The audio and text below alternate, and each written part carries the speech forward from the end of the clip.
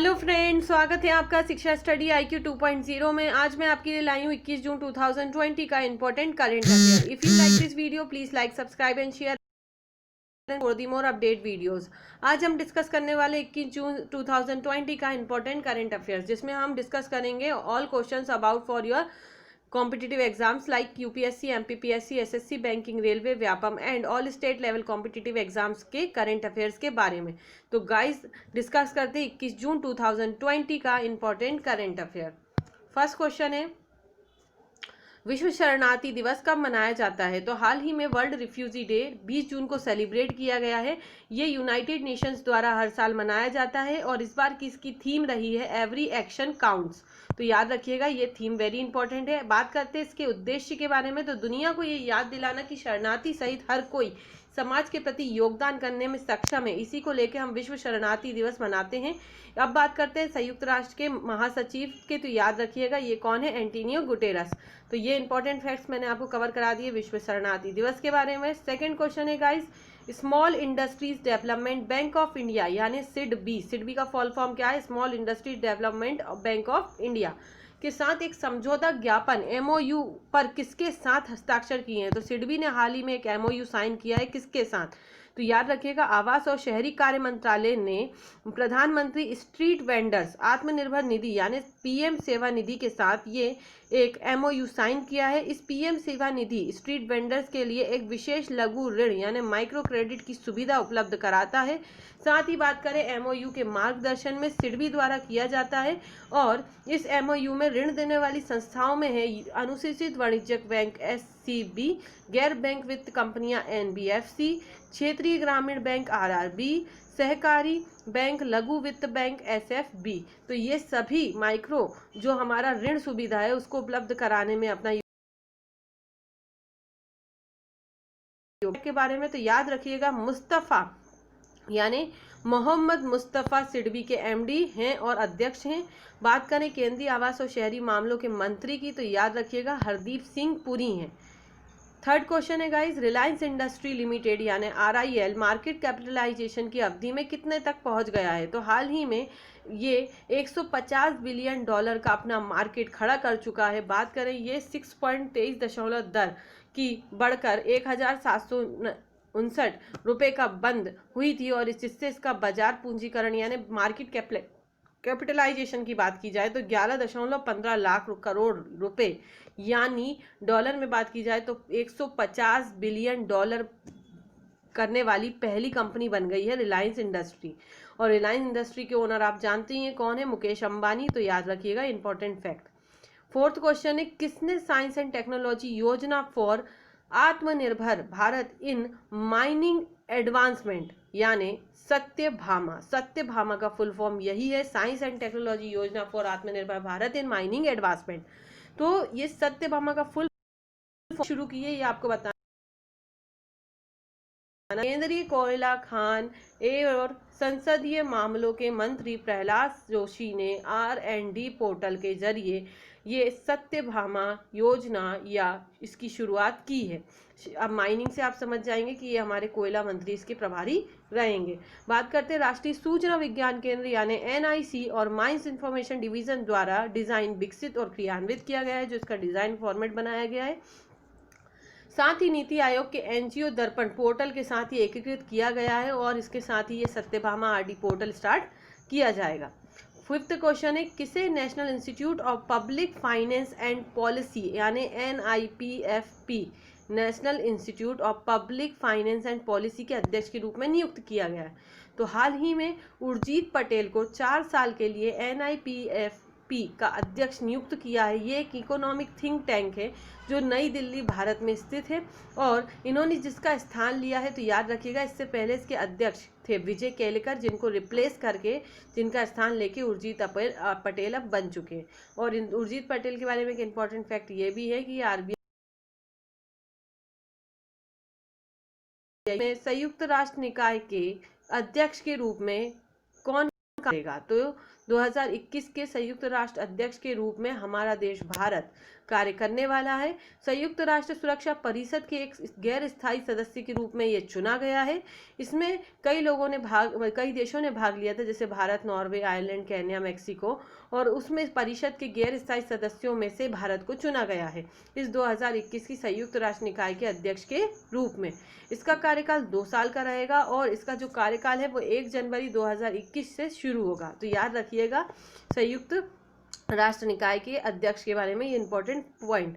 इसी के साथ अगर हम बात करें कि इसमें जो हमारे प्रतिनिधि बन के गए थे भारत की तरफ से वो कौन थे, तो याद रखिएगा टी एस त्रिमूर्ति जो थे वो भारत के स्थायी प्रतिनिधि बनकर इसमें पार्ट लेने के लिए गए थे। 7वां क्वेश्चन है गाइस, 19वां महान जून विद्रोह दिवस कब मनाया जाता है? तो हाल ही में 19वां महान जून विद्रोह दिवस 18 जून को मनाया गया है। ये मणिपुर के केकरूपता में इस दिवस को मनाया गया।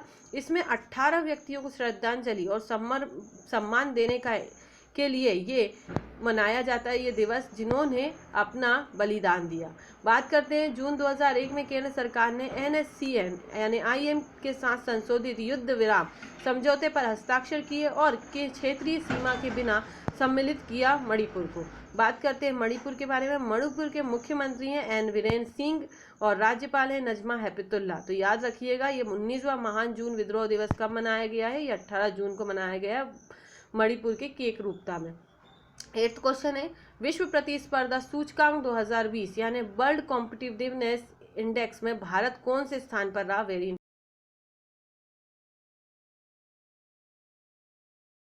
2020 ग्लोबल टैलेंट कॉम्पिटिटिवनेस इंडेक्स है, जिसमें discover the top countries and the cities in the world and the talent attraction retention of the growth. तो ये इसके अकॉर्डिंग इसको चुना जाता है और इसमें हमारा भारत का 43वां स्थान रहा है। बात करते हैं पहले पायदान पे कौन रहा, तो इस पे रहा है सिंगापुर, सेकंड पे रहा है डेनमार्क, थर्ड पे रहा है स्विट्जरलैंड और 43वें स्थान पे रहा है भारत। तो याद रखिएगा important fact world competitive index के बारे में। 9th क्वेश्चन है, पशुपतिनाथ मंदिर परिसर में स्वच्छता सुविधा के विकास हेतु किस देश ने नेपाल के साथ एक समझौता किया है? तो हाल ही में भारत देश ने पशुपति मंदिर की स्वच्छता के लिए नेपाल के साथ समझौता किया है। पशुपतिनाथ मंदिर की स्वच्छता सुविधा के विकास के लिए भारत और नेपाल के बीच एक समझौता ज्ञापन हस्ताक्षर हुए हैं, जिसके लिए ये कार्य करेगा। साथ ही समझौते ज्ञापन के तहत भारत सरकार 33.23 मिलियन रुपए की वित्तीय सहायता प्रदान करती है। ये बहुत इंपॉर्टेंट अमाउंट है, याद रखिएगा 37.23 मिलियन नेपाली रुपए दे रही है, ताकि ये पशुपतिनाथ मंदिर के परिसर में स्वच्छता और सुविधाओं का विकास हो सके। बात करते संघीय मामलों और सामान्य प्रशासन मंत्रालय यानी काठमांडू मेट्रोपॉलिटन सिटी और भारत के दूतावास के बीच ये समझौते ज्ञापन पे हस्ताक्षर हुए हैं। इसी के तहत इसकी सुविधा का ख्याल रखा जाएगा। 10th क्वेश्चन है, BPR विट्ठल का निधन हो गया, ये कौन थे? तो हाल ही में BPR विट्ठल का है निधन हो गया और ये वायोवृद्ध अर्थशास्त्री और 10वें वित्त आयोग के सदस्य थे। BPR विट्ठल 1950 बैच के एक IAS पूर्व अधिकारी भी रह चुके हैं और अंतर्राष्ट्रीय मुद्रा कोष, मलावी और सूडान की सरकारों के राजकोषीय सलाहकार के रूप में भी काम कर चुके हैं। बात करते हैं उन्होंने centre for economic and social studies Hyderabad की स्थापना में भी महत्वपूर्ण भूमिका निभाई थी। साथ ही 1972 से 1982 तक आंध्र प्रदेश सरकार के सचिव वित्त और योजना के रूप में इन्होंने कार्य किया है। तो याद रखिएगा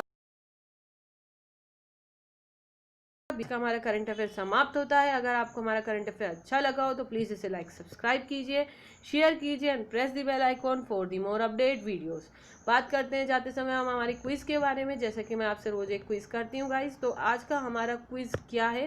तो आज का हमारा क्विज़ है, और पिछला क्विज़ क्या था? तो पिछला क्विज़ हमारा ये था कि विश्व निवेश रिपोर्ट 2020 किसके द्वारा जारी की गई है? तो हाल ही में विश्व निवेश रिपोर्ट 2020 किसके द्वारा जारी की गई है ये आपको बताना था, जिसके ऑप्शंस मैंने आपको दिए थे। First is WHO, second is yes, third is ICICI और फोर्थ इज यूनिटेड। तो इसका आंसर है UNCTAD यूनाइटेड। ये इसके द्वारा विश्व निवेश रिपोर्ट 2020 हाल ही में जारी की गई है।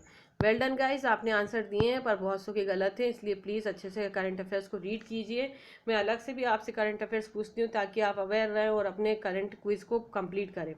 अब हम बात करते हैं आज के हमारे क्विज के बारे में, यानी 21 जून 2020 के इंपॉर्टेंट क्विज के बारे में कि विश्व मरुस्थलीकरण और सूखा रोकथाम दिवस किस तिथि को मनाया जाता है।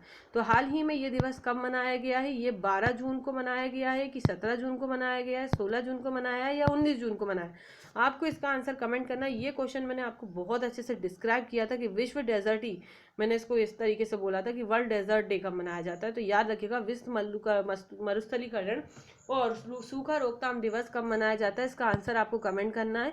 If you like this video guys, so like, subscribe and share कीजिए and press the bell icon for the more update videos. अगर आज 21 जून है तो हम बात कर लेते हैं अंतर्राष्ट्रीय योग दिवस के बारे में।